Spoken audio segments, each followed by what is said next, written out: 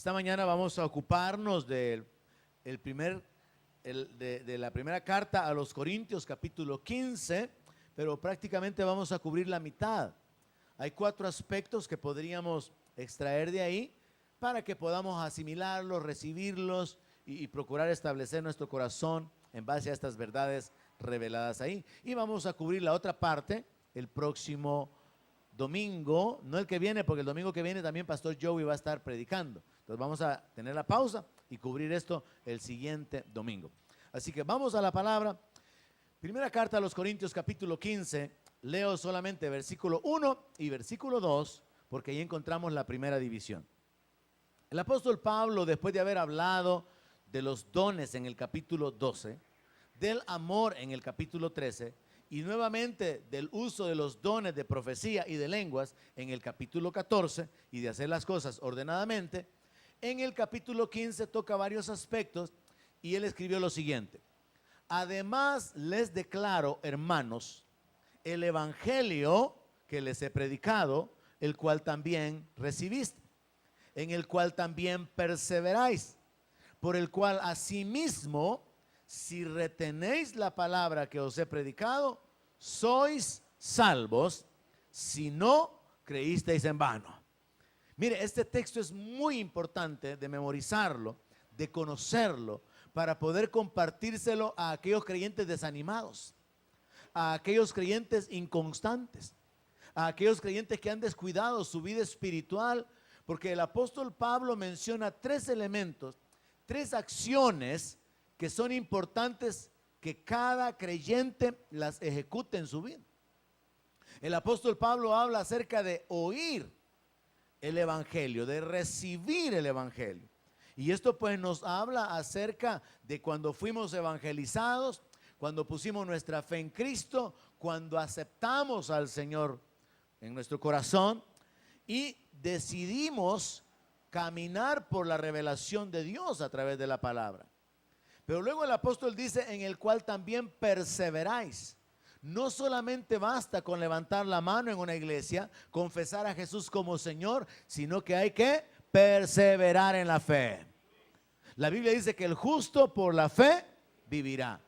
Hay un grupo de personas que han sido enseñados o han caído en este engaño de que, bueno, ellos entregaron su vida a Cristo hace muchos años, sí creen en el Señor, sí creen en la Biblia, sí saben que Jesús volverá, pero no están perseverando, no están teniendo esa vida de comunión, de adoración, de dependencia de Dios, no están yendo a la palabra para crecer en el conocimiento de su voluntad, no están dependiendo de lo que Dios instruye que hagamos en la palabra, sino que se han conformado. No, sí, yo creo que el Señor, ¿verdad? Él me ha perdonado. No, yo le he entregado mi corazón y yo me he apartado de las cosas malas. Ahora, ¿verdad? Ando en las cosas de Dios. Es cierto que no me congrego, pero no, yo sí creo en el Señor. Hay que enseñarle a estas personas que no solamente basta con recibir el evangelio, hay que perseverar en el evangelio. Y el congregarse es parte de perseverar. El leer la palabra, la adoración, el servir, el aportar para el reino, es parte de perseverar. Pero Pablo habla de un elemento más, y es el que pone al final, y él dice, retener la palabra. Dice, por el cual asimismo, si retenéis la palabra que os he predicado, sois salvos. Mire, hermano, hay que recibir el evangelio, hay que perseverar en el evangelio y hay que retener la palabra. Porque hay mucha gente, y ahorita mismo nosotros podíamos pensar en algunos que recibieron el evangelio aquí, perseveraron en el evangelio, pero ya no están aquí. Ya no continuaron reteniendo la palabra. Y eso de perseverar tiene que convertirse en un presente continuo. En idioma nacional quizás usted estudió, ¿verdad? El gerundio, corriendo, platicando, comiendo.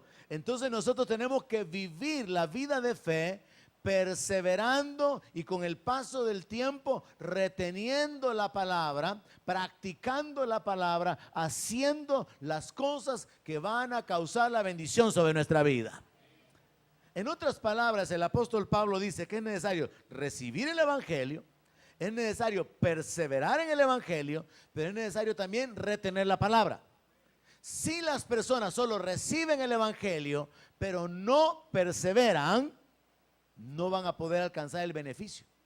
Si las personas reciben el evangelio y perseveran un tiempo, pero no retienen la palabra, tampoco van a alcanzar el beneficio de la salvación. ¿Está claro, hermanos? El apóstol Pablo está diciendo sí, y el sí es una palabra que condiciona. Si retienen la palabra que les he predicado, le dice Pablo a los creyentes en Corinto. No está hablando con personas que no son creyentes, está hablando con cristianos. Y recuerde que él está poniendo muchas cosas en orden en esta iglesia en Corinto. Entonces Pablo les dice, si retienen la palabra que les he predicado, son salvos. Si no, creísteis en vano. O sea, hermano, que este texto es sumamente importante para hacernos comprender que hay un montón de personas que han creído en vano.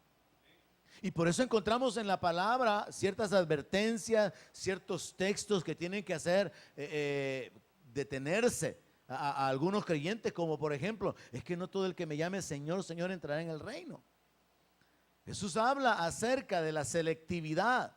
El Señor Jesús habla acerca de la división que habrá en el reino para poder escoger a quienes son dignos de entrar y quienes son los que se quedan fuera. Y aquí en base a esta escritura aprendemos que hay personas que aunque creen y aunque permanecieron en un tiempo reteniendo o perseverando en la palabra, si no la retienen hasta el final, creyeron en vano. O sea que no les sirvió de nada. Yo recuerdo un hermano que acostumbraba a decir, es que hay un montón de cristianos, decía, que ni están dentro de la iglesia, ni están en libertad ya en el mundo. Ni pecan a gusto, ni sirven a Dios, decía. Y entonces no van a disfrutar ni del reino, ni de las bendiciones de Dios, porque están en el pecado, ni disfrutan del pecado tampoco, que es lo único que medio van a poder disfrutar antes de que se vayan para el infierno, porque tienen un su poquito de temor y quieren permanecer en la iglesia. Otros han ocupado el ejemplo, ¿verdad? Y yo recuerdo que hace muchos años era muy común hablar de que alguien tiene un pie en el mundo y un pie en la iglesia, ¿verdad? Son formas de hablar para expresar esa idea de una dualidad. Y esa dualidad, hermano, es parte de un conflicto personal y no es nuevo. El profeta Elías tuvo que retar a los israelitas y decirles: ¿hasta cuándo van ustedes a claudicar, a estar con esa lucha entre dos pensamientos? Si Jehová es Dios, sírvanle. Y si Baal es Señor, pues síganle. En otras palabras, él dijo: es necesario que se definan. No se puede, hermano, disfrutar del mundo en el temor de Dios. Ni tampoco se puede disfrutar de las bendiciones de Dios en amistad con el mundo. ¿Alguien dice amén? Así que es necesario recibir el evangelio. Es necesario perseverar en el evangelio. Y es indispensable retener la palabra. Ahora, curiosamente, fíjese que el recibir la palabra tiene que ver con nuestro pasado. El perseverar en el evangelio tiene que ver con nuestro presente. Y el retener la palabra tiene que ver con nuestro futuro.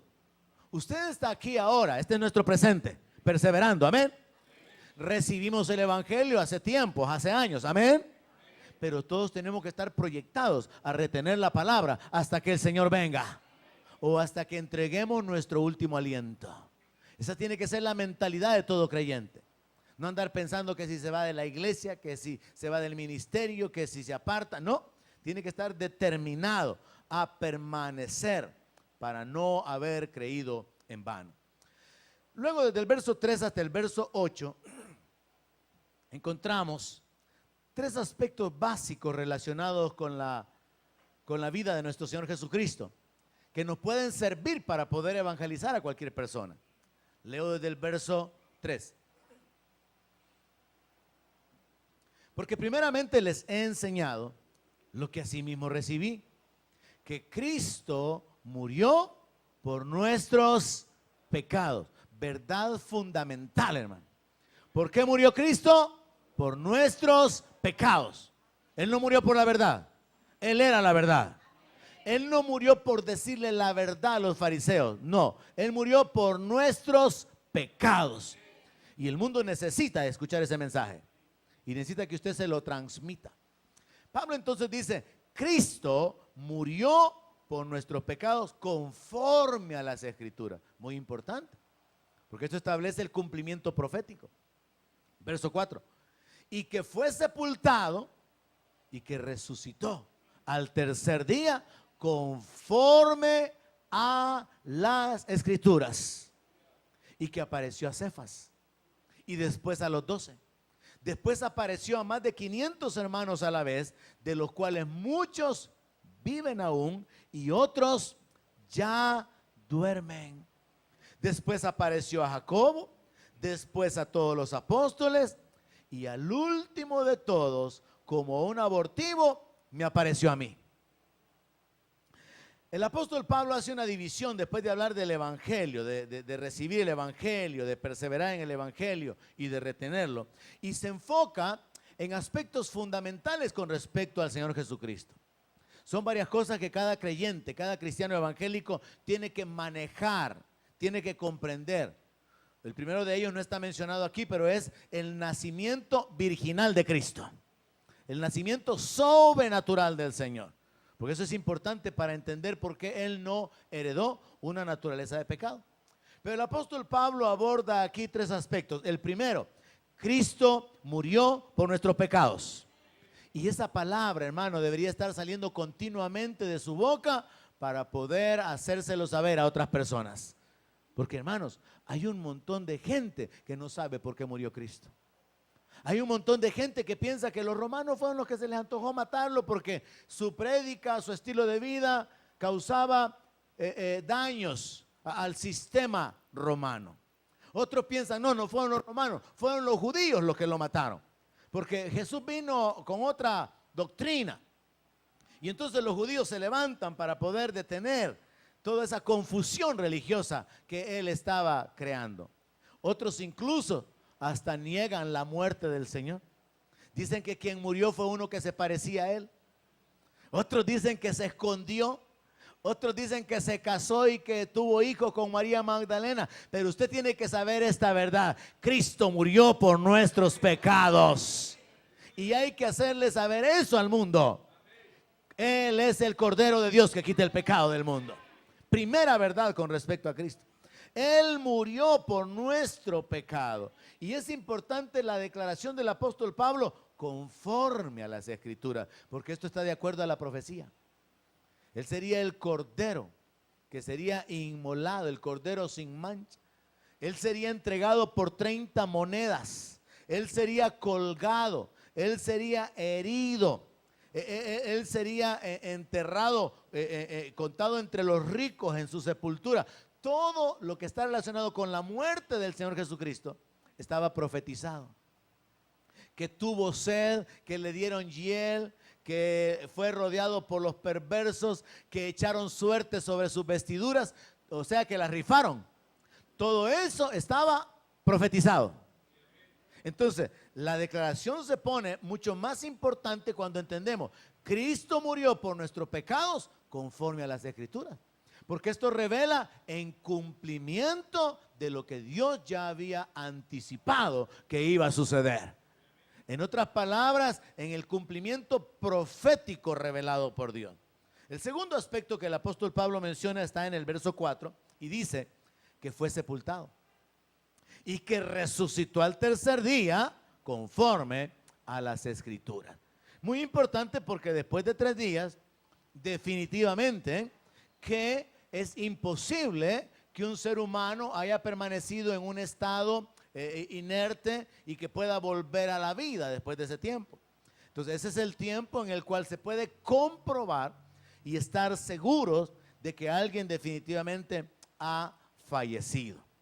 Por cierto, por si usted no lo sabía, la costumbre de velar a las personas que fallecen se basa en la experiencia de hace muchos siglos de que algunas personas morían y entonces estas personas podían haber caído en un estado, creo que se llama catatónico si no me equivoco, en el cual las personas podían posteriormente volver a la vida, porque no estaban muertos, sino que estaban suspendidas sus funciones. Y entonces bajo este enfoque se tenía el temor de que se pudiera enterrar a personas que estaban vivas. Y surgió esa idea de velarlo para ver que el muerto esté bien muerto. Ahora, bíblicamente entonces se establece que hay 3 días. Y en esos 3 días el Señor permaneció en la tumba. Y el apóstol Pablo dice, esto fue según la profecía. Jesús mismo profetizó que la señal que la generación iba a recibir era la de Jonás. Así como Jonás había estado 3 días y 3 noches en el vientre del pez, Jesús estaría 3 días y 3 noches en el corazón de la tierra. Conforme a la profecía, Jesús fue sepultado. Jesús dijo, destruyan este templo y yo lo reedifico en 3 días. Proféticamente entonces también estaba establecido que Él había de resucitar. Está escrito, no dejarás que tu santo vea, no dejarás el alma de tu siervo en el Seol, ni que tu santo vea corrupción. Estaba profetizado que el Señor habría de resucitar. Entonces Pablo dice, la muerte del Señor por nuestros pecados es un hecho. La resurrección del Señor es el siguiente hecho y se fundamenta en la realidad de que Jesús se apareció a muchas personas. Así que Pablo establece 3 aspectos básicos que tenemos que entender con respecto a nuestra fe en Cristo: su muerte por nuestros pecados, su resurrección al tercer día y sus manifestaciones ya resucitado. Y el apóstol Pablo da detalles de las manifestaciones, porque él dice que se le apareció a Pedro, se le apareció después a los 12, se le apareció a más de 500 hermanos a la vez, de los cuales muchos viven aún y otros ya duermen. Después a Jacobo, después a todos los apóstoles y al último de todos, como un abortivo, me apareció a mí. El apóstol Pablo está escribiendo la carta a los Corintios en una época donde todavía los testigos de la resurrección del Señor están vivos. O sea que podrían haber negado, pero al contrario, él se apoya en ellos. Más de 500 testigos de la resurrección de Cristo. En una ocasión escuché esta aplicación del pastor Aquiles Acosta, un evangelista que me llamó la atención, y él decía, hermanos, la Biblia dice que Jesús fue visto resucitado por más de 500 hermanos. Y la Constitución de los Estados Unidos, cuando se estableció la nación como tal, fue firmada por 39 personas. Habían 55 delegados, pero algunos no asistieron, otros no quisieron firmarla, y los Estados Unidos nacieron como nación bajo la firma de 39 delegados. Y él decía, y ahí está la nación americana sobre ese fundamento histórico de que 39 personas firmaron el acta de fundación de los Estados Unidos. Pero nosotros tenemos el testimonio de aquellos que lo vieron morir, de aquellos que lo vieron en su ministerio y el testimonio de aquellos que lo vieron resucitado, y son más de 500 personas. Y él decía, la resurrección del Señor tiene más testigos que la fundación de los Estados Unidos. Yo creo que hay muchos eventos en los que se han utilizado testigos para poder establecer, para poder probar algo. Y Pablo habla acerca de ello. Y es muy importante entender lo siguiente. Podemos estar seguros de la resurrección del Señor, aunque no lo hayamos visto, como el mismo apóstol Pedro lo dice, porque estos testigos que vieron al Señor estuvieron dispuestos a morir por Él. ¿Usted cree que alguien hubiera estado dispuesto a morir por una mentira? No. Pero esta gente estuvo dispuesto a soportar la persecución. Cuando usted sabe algo, usted lucha por ese algo. Cuando usted sabe que algo tiene valor, usted se esfuerza por alcanzarlo. Pero cuando usted tiene dudas, o cuando algo no tiene valor, usted termina menospreciándolo, haciéndolo a un lado. Pero esta gente, al igual que el apóstol Pablo, podían decir, yo sé en quién he creído y es poderoso para guardarme. El apóstol Pablo se apoya en los testigos que vieron a Jesús resucitado. Hay gente que cuando usted las evangeliza le van a decir, ¿y quién ha muerto y ha regresado? Para que me digan que hay vida después de la muerte. Es que el asunto es de que aún el Señor Jesús tocó ese aspecto cuando habló acerca del rico y de Lázaro, y el rico le hace una petición a Abraham, y Abraham le dice, no, le dice, es que aunque vaya alguien de aquí no le van a creerles. Entonces la gente no cree porque tenga evidencias. La gente cree porque toma la decisión en su corazón de aceptar como verdad la revelación de la palabra de Dios. Hay gente que ha sido sanada y después piensa, no, quizás estaba malo el reporte, no es que Dios me haya sanado. Hay gente que experimenta la presencia de Dios, el favor de Dios, milagros de protección, pero luego se apartan porque entran en razonamientos lógicos y deciden no creer. El creer, hermanos, es una decisión del corazón. Aceptar la palabra de Dios como verdad. No depende de eventos o de experiencias, pero podemos tener experiencias por causa de haber creído. Así que aunque la gente se oponga y diga, ¿y quién ha muerto y ha regresado?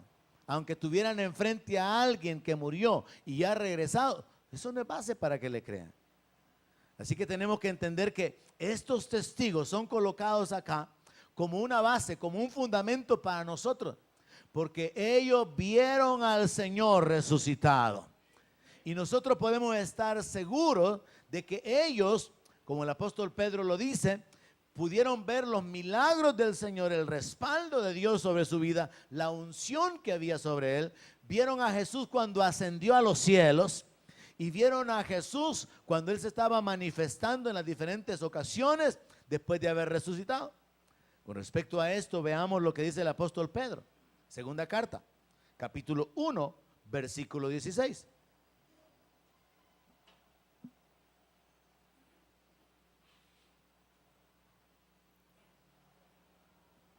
El apóstol Pedro escribió lo siguiente: ¿por qué no les hemos dado a conocer el poder y la venida de nuestro Señor Jesucristo siguiendo fábulas artificiosas, sino como habiendo visto con nuestros propios ojos su majestad? Pues cuando él recibió de Dios Padre honra y gloria, le fue enviada desde la magnífica gloria una voz que decía: este es mi Hijo amado, en el cual tengo complacencia. Pedro está diciendo, yo estuve ahí cuando el Señor se transfiguró. Pedro está diciendo, yo estuve ahí cuando sus vestidos se volvieron blancos. Yo estuve ahí y yo escuché la voz del cielo. Yo escuché esa voz que dijo, tú eres mi Hijo amado. Así que no les estamos contando algo que estamos repitiendo porque lo hemos escuchado, de lo cual podríamos dudar que podía ser o podía no ser, como una fábula, sino que nosotros somos testigos oculares, dice el apóstol Pedro. Y hermanos, sobre el testimonio de estos testigos, la iglesia ha prevalecido a lo largo de estos siglos. Y aunque se ha quemado la Biblia, y aunque ha habido persecución en contra de la iglesia, y aunque siguen matando cristianos, y muy probablemente en este preciso segundo algunos están muriendo por Cristo, la iglesia sigue siendo edificada, porque las puertas del infierno no pueden prevalecer contra ella, porque es el Señor Jesús quien la sostiene y la edifica.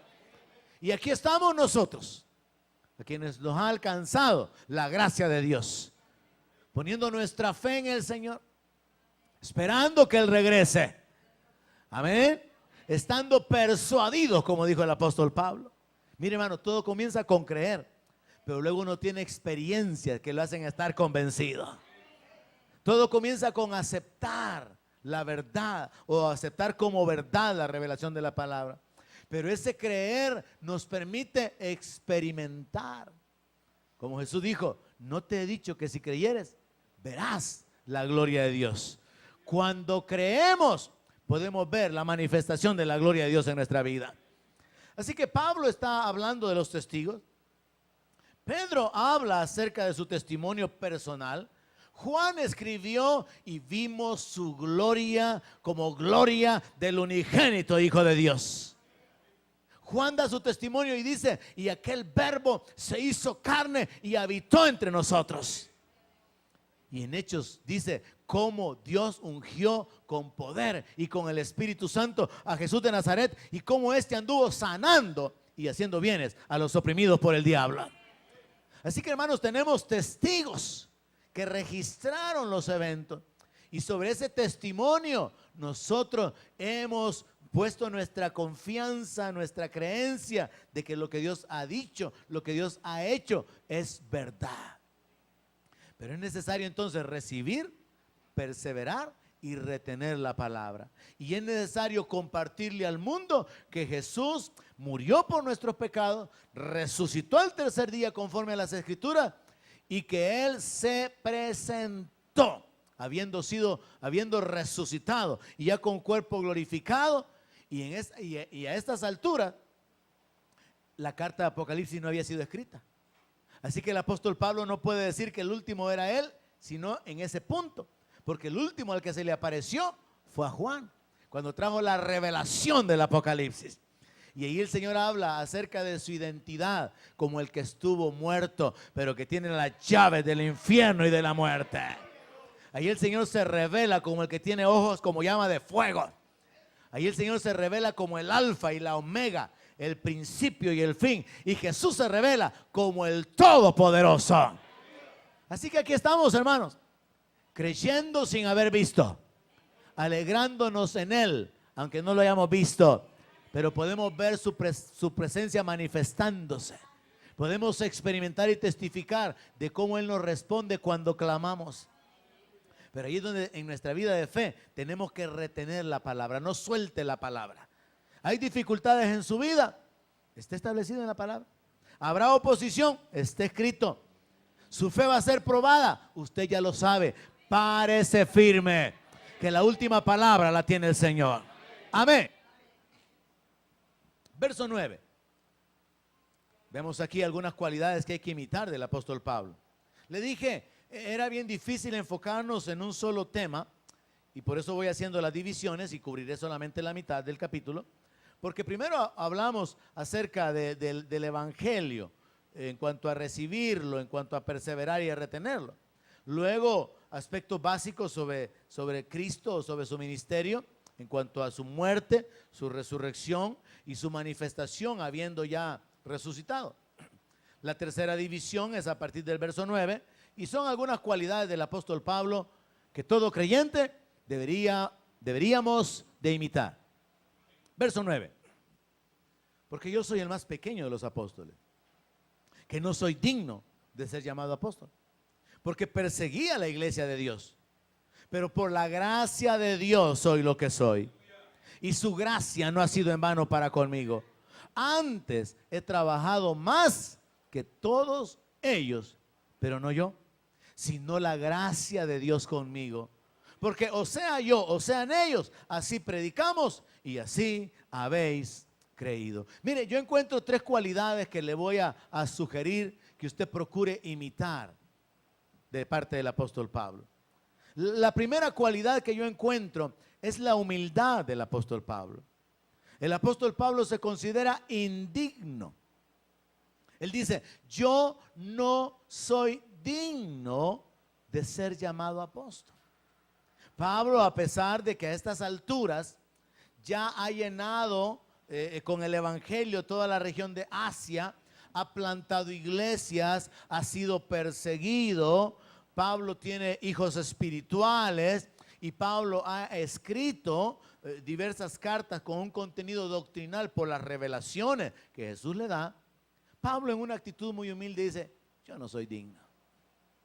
Yo no debería de ser reconocido o ser llamado apóstol. Por el otro lado vemos, ¿verdad?, algunas personas que no se conforman con ser llamados pastor, sino reverendo. Y otros más elevados que no, doctor, por favor. Y otros máster. Y en los Estados Unidos es PhD. Y algunos, burlándose de eso, dijeron, eso significa daño permanente de la cabeza. Porque hay un daño permanente cuando alguien está buscando, ¿verdad?, el título, el reconocimiento y que le den para arriba. Pero Pablo no da ese ejemplo. Pablo muestra la humildad diciendo, yo no soy digno de ser llamado apóstol. Y hermanos, tenemos que imitar a Pablo en esto. En esa humildad, en ese sentido de no tener un concepto más elevado que el que tenemos que tener cada uno. No sentirnos importantes, imprescindibles, más que los demás, sino entender que es la misericordia de Dios la que nos alcanzó. Y entonces Pablo viene y expresa en el verso 10 su entendimiento de que lo que él es, lo debe a la gracia de Dios. Verso 10.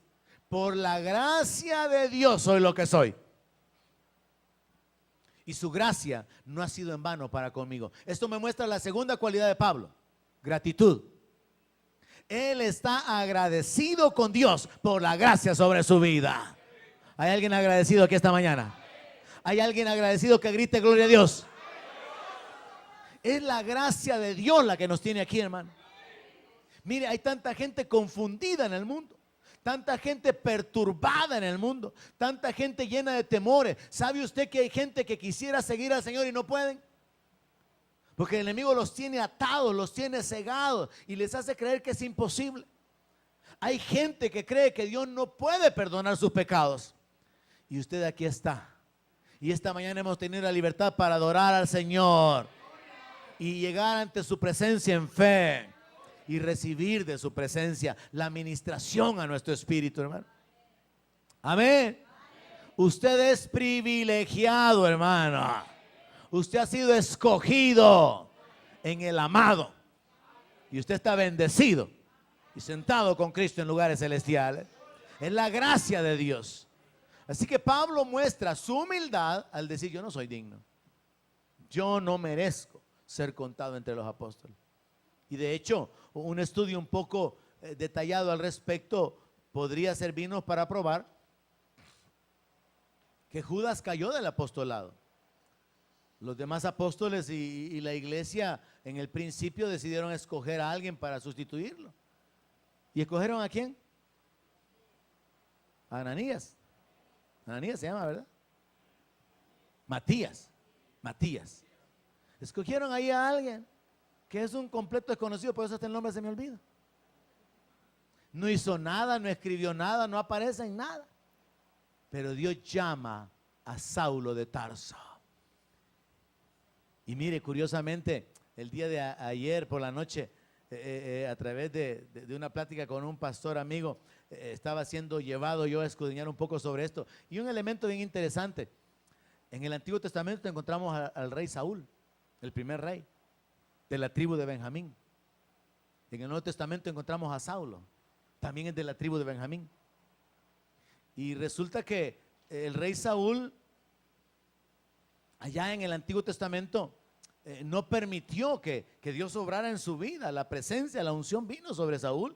Él profetizó incluso, pero Saúl no valoró la unción. Saúl no valoró el llamado. Saúl no valoró a Dios, valoró su posición. Y cuando Samuel lo confronta y le dice que ha desobedecido, Saúl, así bien fresco como algunos cristianos, le dice a Samuel: sí, yo he pecado, pero honrame delante de los ancianos, le dice. Nunca se arrepiente delante de Dios, nunca se humilla, sino que le dice: honrame delante de los ancianos. Sí, es cierto, yo he pecado, pero no te fijes en eso. Menospreció a Dios, menospreció la unción, menospreció la palabra, y Dios terminó desechándolo, cortándolo del reino. Pero luego aparece Saulo en el Nuevo Testamento, y el nombre Saúl es el mismo en hebreo que Saulo en griego, es el mismo. Yo me emocionaba al ver lo que Dios había hecho, ¿verdad? Porque así como la Biblia habla del postrer Adán, hay un postrer Saulo, hermano. Hay un postrer Saúl. Y ese postrer Saúl nos representa a nosotros, fíjense, pecadores, rebeldes, malvados, egoístas. Y yo esperaba oír amén, amén, amén, amén. Pero está bien si no quiere confesarlo, porque aparte de eso, mentirosos e insensibles.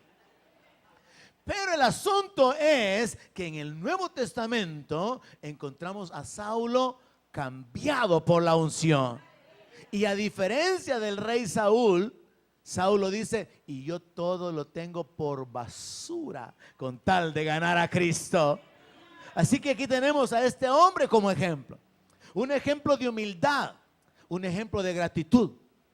Saúl no fue agradecido. Saúl no fue humilde.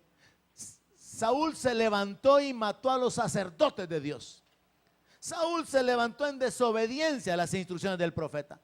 Saúl se levantó y contradijo la palabra y la prohibición de Dios, hasta consultó a una divina.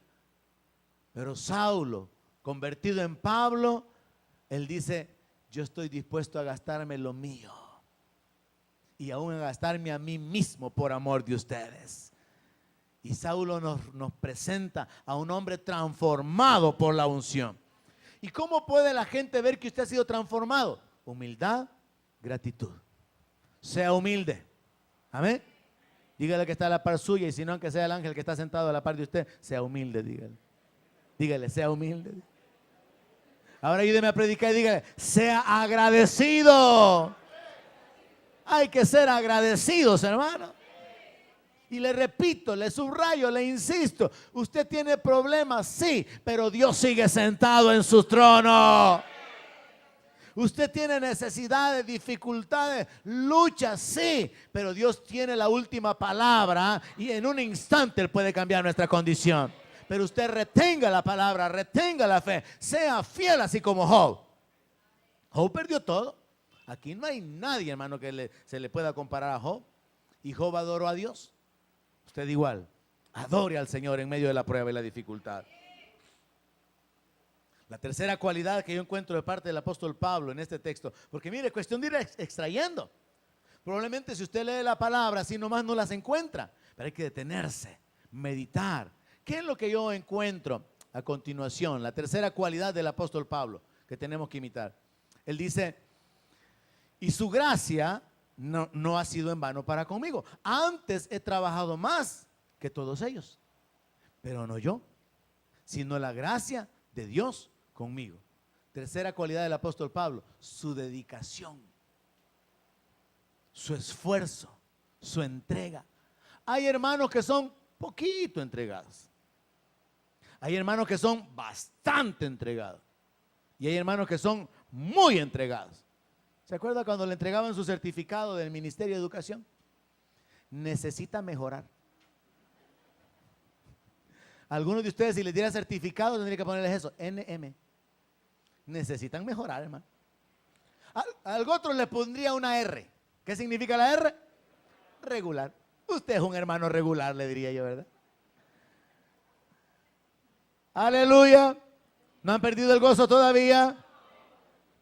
¿Qué clase de creyente es usted? ¿Un NM, un R, un MB o un E?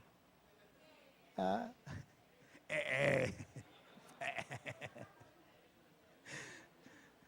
Pablo entonces nos muestra cualidades sobre su vida, hermano.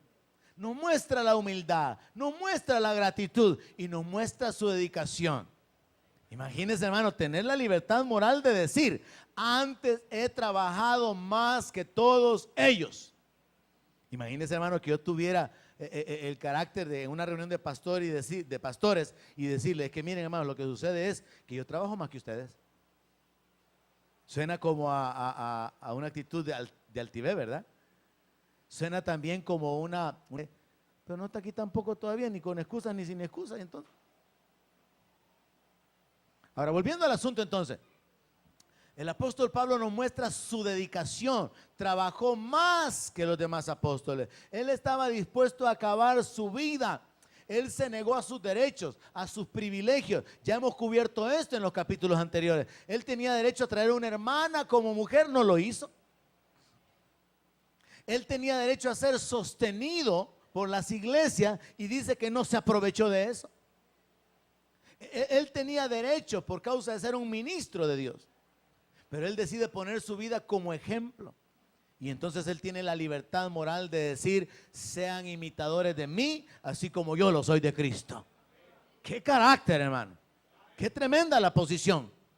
No como algunos pastores, ¿verdad? Ustedes no se fijen en mí, hermano. Ustedes pongan su mirada en Cristo. Yo le voy a fallar, hermano. Y si así habla el pastor, ¿cómo no hablarán los creyentes, verdad? No, hermano. La palabra de Dios nos manda que seamos sal en este mundo, que seamos luz en este mundo. Somos cartas leídas, abiertas, aunque usted no quiera. La gente está leyendo lo que usted está diciendo. su conducta, su estilo de vida, habla sin palabras. La gente lo mira con Biblia, sin Biblia. La gente lo mira si tiene una vida de alabanza o no tiene una vida de alabanza. La gente mira su compromiso, su entrega. Y eso causa que las personas tengan un concepto positivo o negativo del evangelio. Estaba contando un pastor acerca de una familia en su iglesia y me dice, pastor, me dice, tengo una pareja que Dios los ha sacado de tremendas cosas, de pecados y cuestiones tremendas que los tenían atados. Y Dios ha hecho una obra tan tremenda en sus vidas, un cambio tan radical, que las familias de ambos, porque es un matrimonio, están llegando a la iglesia.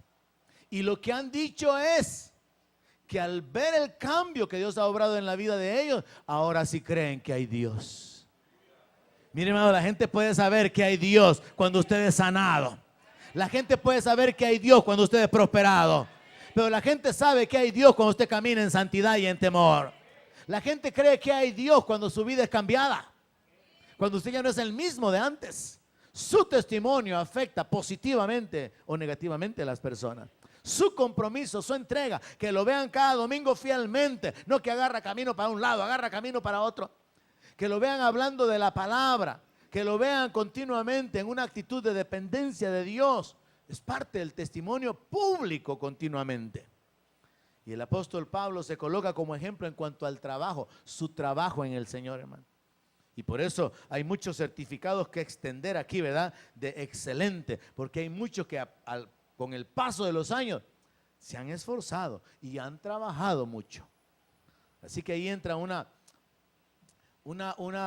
actitud muy personal de examinarnos y de tomar la decisión de imitar al apóstol Pablo, su humildad, su gratitud y su dedicación.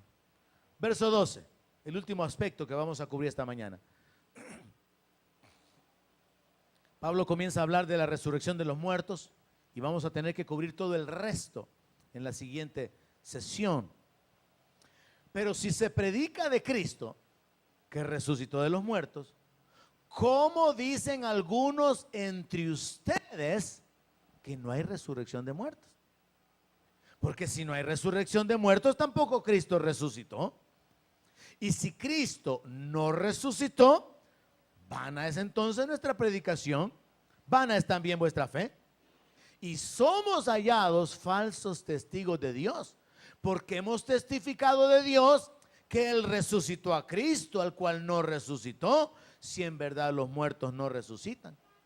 Porque si los muertos no resucitan, tampoco Cristo resucitó. Y si Cristo no resucitó, su fe vana, aún están en sus pecados. Entonces también los que durmieron en Cristo perecieron. Si en esta vida solamente esperamos en Cristo, somos los más dignos de lástima de todos los hombres. El apóstol Pablo, ya para ir cerrando la carta a los Corintios, aborda el tema de la resurrección. Un tema, hermano, sumamente interesante, porque él aborda el asunto de la glorificación del cuerpo. ¿Cuántos tienen esa esperanza? Tenemos esa esperanza de la gloria, dice la palabra. Y dice que el que tiene esa esperanza se purifica a sí mismo. ¿Por qué este estilo de vida de iglesia, de congregarnos, de servir, de apoyar el reino, de hacer que la palabra corra? ¿Por qué ese interés de alcanzar a otros? Porque tenemos esperanza. Y el apóstol Pablo dice que el mundo está dividido entre los que tienen esperanza y los que no tienen esperanza. Los que no tienen esperanza lloran de una manera tremenda, sufren cuando alguien se muere. Pero los que tenemos esperanza, tenemos consuelo, porque sabemos que el que está en Cristo, aunque esté muerto, vivirá. Sabemos que nuestra vida está escondida en el Señor. Ahora, veamos los detalles. Me llamó la atención el hecho de que Pablo le está escribiendo a cristianos. Y le dice, miren, ahí en la iglesia de ustedes hay algunos que creen que no hay resurrección. Y yo dije, voy a asegurarme yo en el CCF, dije yo. Hermanos, y aquí habrá alguien que cree que no hay resurrección de muertos. Porque Pablo le está escribiendo a cristianos. Y les dice, ¿y por qué es que hay algunos entre ustedes que dicen que no hay resurrección de muertos? O sea que esta iglesia, hermano, aparte de que tenían problemas con la Santa Cena, con la autoridad apostólica, con la inmoralidad, como ya lo hemos venido viendo con todos los que han seguido la secuencia, cubre o aborda una serie de problemas que incluye las relaciones dentro de la iglesia hasta el punto de hacer divisiones y partidos. Pero ahora Pablo toca un aspecto que es doctrinal y básico. Entonces Pablo quiere remitirse o establecer el fundamento de que eso de la resurrección de los muertos es algo innegable y que no puede ser de otra manera, y que por lo tanto hay que caminar sobre la base de la resurrección del Señor como parte del fundamento de nuestro estilo de vida de fe. ¿Qué quiero decir con esto? Que nosotros estamos esperando que nosotros experimentemos la resurrección si morimos antes que el Señor arrebate la iglesia, o experimentar la glorificación del cuerpo, que es lo que el apóstol Pablo dice que va a suceder con los que estén vivos cuando el Señor venga para levantar la iglesia. Ahora Pablo hace aquí un juego de palabras y podemos enfocarlo de la siguiente manera. La resurrección de los muertos es parte del mensaje del evangelio, pero algunos creyentes de Corinto decían que no había resurrección de los muertos. Entonces Pablo viene y quiere hacer razonar a los creyentes y les dice, miren, les dice, si no hay resurrección de muertos, entonces es mentira que Cristo resucitó. Pablo se pone en el plan así como de, vaya pues, supongamos, aceptemos, no hay resurrección de muertos. Entonces, si no hay resurrección de muertos, si los muertos no resucitan, porque como está escrito en Eclesiastés, lo mismo le acontece al hombre que a la bestia, algo mal dicho por el rey Salomón, porque terminó alejado de Dios. Si esa es la realidad, cuando muere un ser humano, desaparece. Se acabó. Muerto el perro, ¿qué pasa con las pulgas? O la sarna, ¿verdad? O la rabia, no sé cómo. La rabia. Mire, ya me voy a inventar otro. Muerto el perro, las pulgas, busquen otro. No, muerto el perro, se acabó la rabia. Entonces, así es el proverbio correcto, ¿verdad? Del mundo. Ok. Mire, ¿por qué la gente se suicida, hermano? Porque la gente cree que ese es el final de su sufrimiento. Gente endeudada. El último caso conocido, un hombre que debía como $8,000, $10,000, se mató, que no podía pagar. Hombres que se matan por el desprecio de una mujer. Personas que se matan al sentir que ya la vida no tiene sentido, que han sido abandonados, desechados. Entra una depresión obrada por el enemigo que les hace creer que la salida es la muerte. Cuando la vida es un martirio, el suicidio es un deber. ¿Quién fue el hijo del diablo que dijo eso? No me acuerdo. ¿Alguien lo había oído? Ok. Ahora el asunto es que la muerte no soluciona nada. Es el inicio de la eternidad sin Dios. Entonces Pablo establece que si fuera así, que no hay resurrección, entonces Cristo no resucitó. Y por lo tanto vea cómo caen en orden una serie de elementos. Entonces la predicación nuestra, dice el apóstol Pablo, es estéril, vana, sin propósito. Y nosotros, dice el apóstol Pablo, como apóstoles, somos falsos testigos, asegurando algo que no ha sucedido. Y además de eso, la fe de ustedes, le dice a los corintios, es vana, no vale nada, no sirve para nada.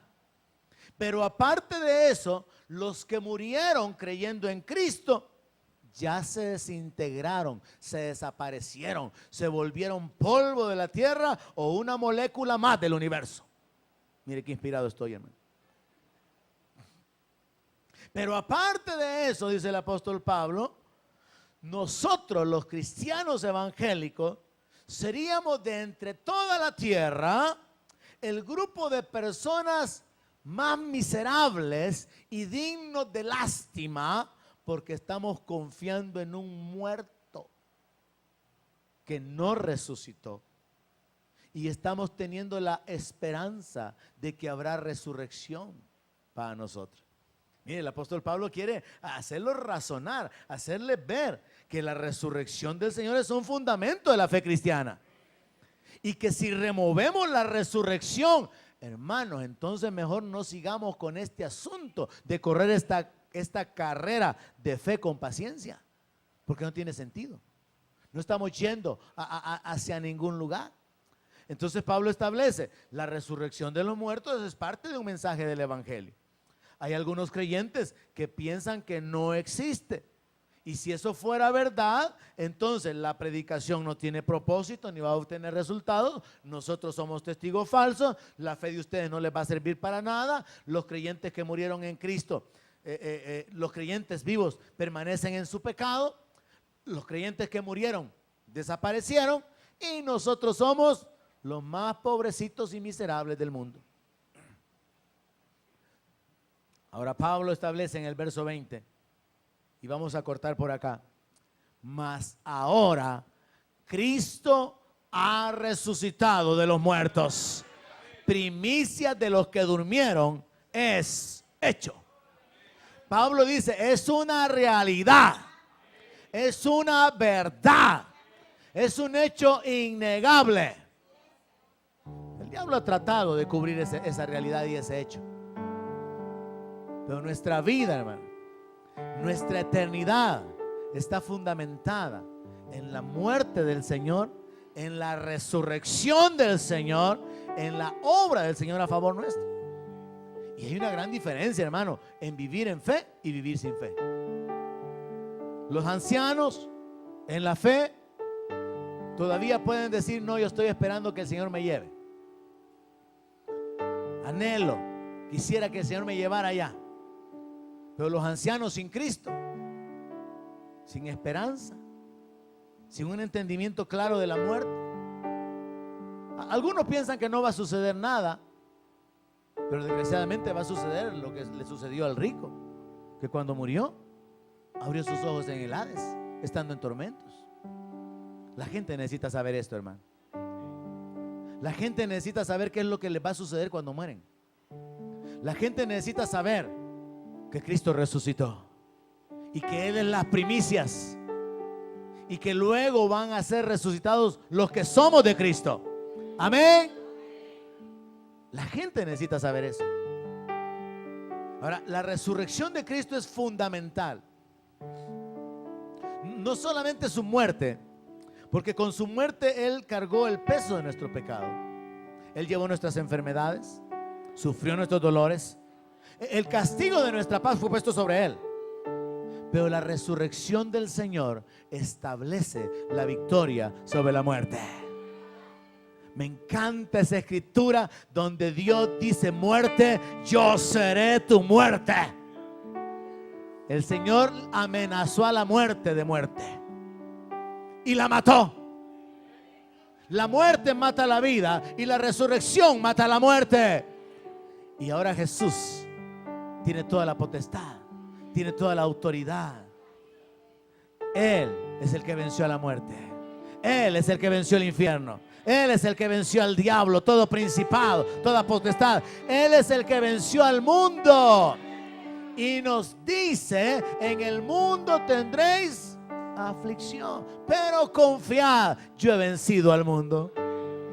Hemos creído en aquel que ha vencido al mundo, que ha vencido al infierno, que ha vencido a la muerte, que ha vencido al que tenía el imperio de la muerte, y unidos a Él somos más que vencedores, hermano. Póngase de pie esta mañana. Es necesario que en nuestro espíritu asimilemos esta verdad. Jesucristo ha resucitado. Jesucristo vive en nosotros. Nos ha dado su espíritu, nos ha dado vida, nos ha dado esperanza. Y ahora podemos tener una vida diferente por causa de nuestra confianza puesta en Él. Nuestras cargas son quitadas. Nuestra culpa es quitada. Nuestro temor es quitado. Así que podríamos terminar como lo que cité al principio. Sume los problemas, sume las bendiciones, haga las cuentas ahí, reste, sume, multiplique, agregue, y al final el resultado, usted está bendecido. Usted es bienaventurado, porque Dios lo ha alcanzado con su gracia. Dios lo ha alcanzado con el santo evangelio. Dios lo ha adoptado. No olvide eso. Usted ha sido adoptado, hijo y coheredero juntamente con Cristo, y llamado a vivir en victoria por causa de la muerte del Señor. ¿Cuál va a ser la diferencia? La actitud de fe. Eso es lo que hace la gran diferencia en nuestra existencia. Usted tiene un problema, dificultades, necesidades, enfermedades, oposición, enemigos, peligro, amenaza, pero su actitud de fe le permite levantarse sobre todo eso.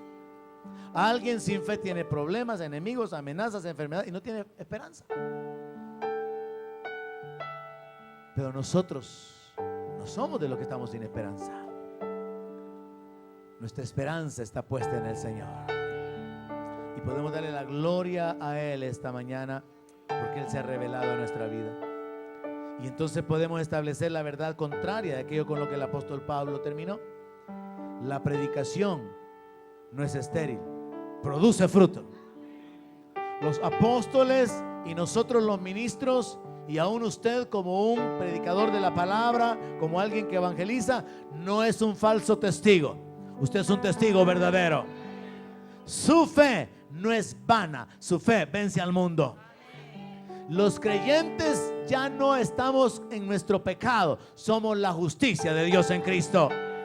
Y nuestros hermanos que nos antecedieron, como el hermano Chemita y su esposa hermana Finita, no han perecido, están en la presencia de Dios, esperando el día en que van a recibir cuerpo glorificado. Y no somos los más dignos de lástima. Somos un pueblo bienaventurado. Somos un pueblo bendecido. Somos un pueblo llamado a caminar en victoria y en libertad por la fe en Cristo Jesús. Levante sus manos conmigo y dele gracias a Dios, hermano. Dele gracias a Dios por haberlo alcanzado. Dele gracias por el perdón. Dele gracias por su espíritu. Dele gracias por la obra de Cristo, porque sus pecados fueron perdonados, porque sus enfermedades fueron cargadas sobre Él, porque su muerte fue aplicada sobre el Señor. Amén. Y ahora la vida, la libertad, la sanidad, la autoridad, la herencia nos pertenecen. Padre, gracias. Gracias por tu obra en nuestra vida. Gracias por mostrar tu misericordia alcanzándonos, Señor. Padre, donde mi palabra sea su alimento, allí quiero